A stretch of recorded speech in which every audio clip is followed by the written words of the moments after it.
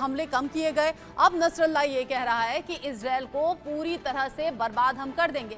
जो हालात अभी बने हुए हैं, भीषण हमले की चेतावनी के बीच में आप जानिए इजरायल पर भीषण हमला अब हो सकता है। हिजबुल्लाह, हमास और 25 अगस्त 2024, 7 अक्टूबर 2023 ये वो तारीखें हैं जिन्हें याद रखना चाहिए जब 6000 मिसाइल और 3000 मिसाइल के साथ में ये हमला किया गया था। जो जानकारी अभी तक मिल रही है, ये हमला पूरी योजना से किया गया। इजरायल पर हमले की योजना अब आगे बनाई जा रही है और इजरायल पर हमले किस तरीके से अभी तक हुए हैं, 7 अक्टूबर से ही इस युद्ध की कह सकते हैं कि सही मायनों में शुरुआत हो गई थी जब इजरायल पर हमला किया गया 7 अक्टूबर, और जिस तरीके से बड़ी तबाही मचाई गई। फिर गाजा में एक के बाद एक जो मिसाइल दागी गई हैं हमास के खात्मे को लेकर। इसके साथ ही साथ हिज्ब के प्रहार से इजरायल में आपातकाल जैसे हालात हो गए हैं, इमरजेंसी बुलाई गई है।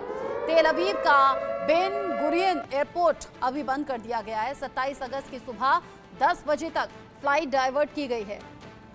इजरायली विश्वविद्यालयों की परीक्षाएं टाल दी गई हैं। इजरायल में अगले 48 घंटे के लिए इमरजेंसी लागू की गई है। लोगों से सुरक्षित जगहों पर रहने के लिए कहा गया है। जो बंकर्स हैं या फिर जो ऐसे शेल्टर्स हैं जो सेफ रहें, वहां लोगों से जाने के लिए कहा गया है। इमरजेंसी अगले 48 घंटे के लिए लागू कर दी गई है। मीटिंग्स पर मीटिंग्स हो रही हैं। नेतन्याहू ये कह रहे हैं कि जिस तरीके से ये नुकसान हमारा हुआ है उससे बड़ा नुकसान हम इसका पलटवार में करेंगे। हिज्ब के प्रहार से इजरायल में अब इमरजेंसी के हालात हैं।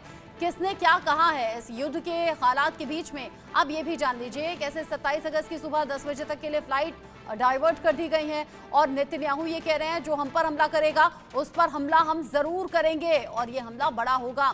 साथ ही साथ डेनियल हगारी, प्रवक्ता जो आईडीएफ के हैं, वो कह रहे हैं कि आत्मरक्षा में लेबनान के अंदर घुसकर हमने हमला किया है और आगे जारी रहेगा। क्योंकि आप जान लीजिए कि इजरायल के 100 फाइटर जेट्स जो कि लेबनान में घुसकर हमला कर चुके हैं। साथ ही साथ नसरल्लाह जो कि हिजबुल्लाह चीफ है, वो ये कह रहा है कि अभी फौज शुक्र का बदला पूरा नहीं हुआ है, ये तो बस पहला चरण है। यानी वो कह रहे हैं ये तो ट्रेलर है, पिक्चर अभी बाकी है। मोसाद हेडक्वार्टर को टारगेट किया है और ये बड़े नुकसान की तरफ संकेत दे रहा है।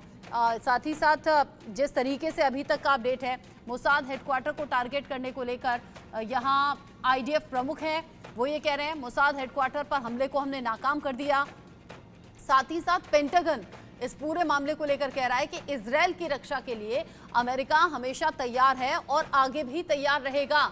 जब हिजबुल्लाह की तरफ से अटैक इजरायल पर किया गया तब भी रात भर अमेरिका की तरफ से नजर रखी गई। जो बाइडेन वक्त वक्त पर अपडेट लेते रहे और अभी जो हालात हैं, एक दूसरे की तबाही का सपना देखे हुए यहाँ पर ईरान और इजरायल नजर आ रहे हैं। लेकिन ईरान के जो प्रॉक्सी देश हैं, प्रॉक्सी देशों के जरिए इस हमले को पहले ही छेड़ दिया गया। जैसा कि लेबनान से हिजबुल्लाह की तरफ से इजरायल पर किए गए एक के बाद एक 300 से ज़्यादा रॉकेट की बारिश। Major general retired Shashi Asthana मेरे साथ में डिफेंस एक्सपर्ट के तौर पर इस पर बात करेंगे। निपुण आलम बयान मेरे साथ में हैं जो कि विदेश मामलों के जानकार हैं। इसको लेकर अपडेट हमारे दर्शकों तक पहुंचाएंगे। आप दोनों का ही बहुत स्वागत। मेजर जनरल अस्थाना, जो हालात ईरान और इजरायल के बीच में बने रहे हैं वो कॉम्प्लिकेटेड अभी इस दौरान इसलिए भी हो गए हैं क्योंकि जो प्रॉक्सी देश हैं उन्होंने ठान लिया है इजरायल की बर्बादी और इजरायल की तरफ हमला करने से अब वो पीछे नहीं हट रहे हैं। हालांकि कुछ ऐसे हैं जो पहले डिच कर चुके हैं, वो कह चुके हैं नहीं हम इस हमले का, इस युद्ध का पार्ट नहीं है। लेकिन हिजबुल्लाह ने जो एक के बाद एक रॉकेट छोड़े हैं इजरायल में, हालांकि इजरायल ने पलटवार भी कर दिया। किस तरीके से देख रहे हैं इसे? देखिए, जब इजराइल ने हिजबुल्लाह के कमांडर जैसे फौज शुक्र है और उसके अलावा और बहुत सारे जो कमांडर थे कुछ उनको जब मारा था, तो उस हालत में रेस्पॉन्ड तो करना ही था हिजबुल्लाह ने। अभी हिजबुल्लाह का कहना ये है कि मैं वेट कर रहा था कि सीज फायर टॉक्स जो हैं वो थोड़ा सा आगे बढ़ जाएं और उसके बाद और उसी के साथ साथ इजराइल भी थोड़ा सा लापरवाह हो जाए, उसके बाद करूँगा। और कुछ हद तक मुझे लग रहा है कि उनको थोड़ी सी सक्सेस भी मिली है। कारण क्या है कि ये माना जा रहा है, इजराइल का कहना ये है कि क्योंकि वो तैयार थे और उनका हमला होने वाला था, तो हमने एक प्रीएम्प्टिव स्ट्राइक की 100 एयरक्राफ्ट के साथ, जैसा कि आपने कमेंट्री में बताया। उसके बाद हिजबुल्लाह ने अगर और ये भी बोला इजराइल ने कि जी मैंने सब कुछ इनके सारे रॉकेट्स तबाह कर दिए। लेकिन उसके बाद अगर हिजबुल्लाह 320 रॉकेट मार सका और इसराइल सारे रॉकेट बर्बाद नहीं कर पाया, तो इसका मतलब है कि कुछ ना कुछ तो सच्चाई है और कुछ नुकसान हुआ है जो कि इसराइल भी छुपा रहा है। ऐसा उनका कहना है हिजबुल्लाह का। दूसरी बात यह है कि उसी के बाद जो टॉक्स चल रही थी सीज फायर के बारे में, वो भी अभी फेल हो गई हैं, क्योंकि इसराइल का कहना है कि जी हमारे कुछ सोल्जर रहेंगे वहां पे। जो दोनों कॉरिडोर हैं, एक फिलाडेल्फी कॉरिडोर है, यानी कि जो इजिप्ट से मिस्र से जो लगा हुआ बॉर्डर है, वो कह रहे हैं वहां पर हम परमानेंट अपने फौजी रखेंगे। और दूसरा एक और कॉरिडोर है, नेटजारिम कॉरिडोर बोलते हैं, वो है इसराइल के गाजा के तकरीबन गाजा पट्टी के बीचों बीच आती है, ताकि गाजा पट्टी में नॉर्थ से साउथ कोई ना जा पाए और साउथ से नॉर्थ कोई ना जा पाए, या अगर जाए तो उनकी एक तरीके से चेकिंग की जा सके। अब ये इनको मंजूर नहीं है, क्योंकि इनका ये कहना है कि सबसे पहले तो ये शर्त नहीं थी जब 2 जुलाई को अमेरिका ने एक प्रस्ताव रखा था। दूसरी बात ये है कि इससे जो इसराइल का ऑक्यूपेशन है गाजा में, वो परमानेंट हो जाएगा। तो एक तरीके से हमारी जो सोवरेनिटी है और जो इंटीग्रिटी है, टेरिटोरियल इंटीग्रिटी, वो तो चली गई। तो एक तरीके से तो ऑक्यूपेशन फोर्स वैसी की वैसी रह गई, तो उससे वो तो कोई समझौता नहीं हुआ। तो इस चक्कर में हमास भी पीछे हट गया है, और इसराइल जो है वो तो चाह ही रहा है, क्योंकि नेतन्याहू अपनी कुर्सी पे बने रहना चाहते हैं। तो वो चाहते हैं कि किसी भी तरीके से अगर लड़ाई खिंचती जाए तो उनको सूट करता है। जहां तक होस्टेजेस का सवाल है, इसके बीच में जो पिस रहे हैं वो हैं जो गाजा के नागरिक हैं, वो मरे जा रहे हैं, 40,000 से ज्यादा मर चुके हैं, और होस्टेज जो बच गए हैं तकरीबन 100 के करीब बचे हुए हैं, वो भी इसी बीच में पिस रहे हैं। तो अभी लेकिन इनकी, मुझे नहीं लगता कि नेतन्याहू को होस्टेज की चिंता है या हमास को पॉपुलेशन की चिंता है। सब अपना अपना जो पावर है उसको बरकरार रखना चाहते हैं। और इस हालत में अभी जैसे ईरान में भी इस्माइल हनी को मारा गया था, उसको भी बदला लेना अभी बाकी है, और अगर वो बदला नहीं लेता तो उसकी भी छवि अपने प्रॉक्सीज की तरफ कमजोर हो जाएगी।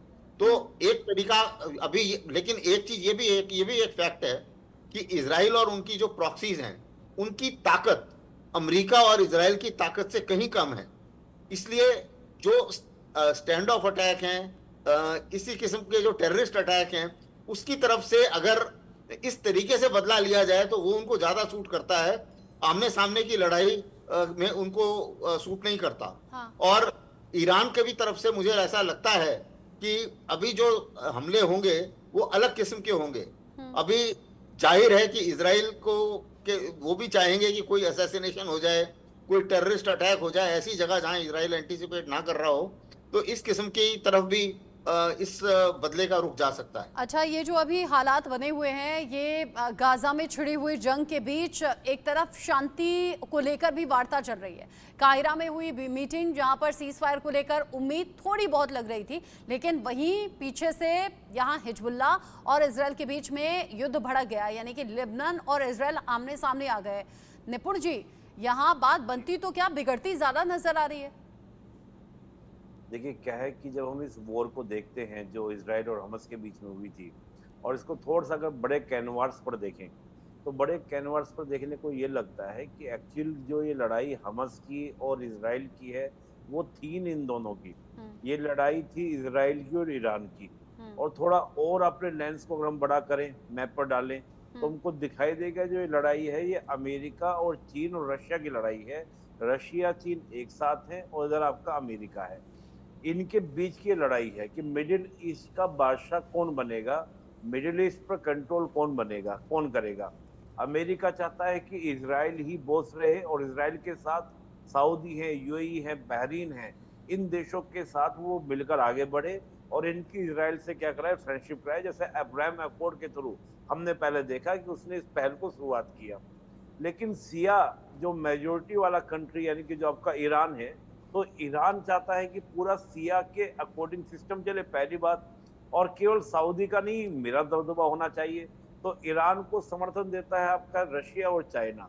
तो मामला क्या है कि जो पूरा ये कॉन्फ्लिक्ट है, जो आज हम बोल रहे हैं हिजबुल्लाह, हिजबुल्लाह क्या है?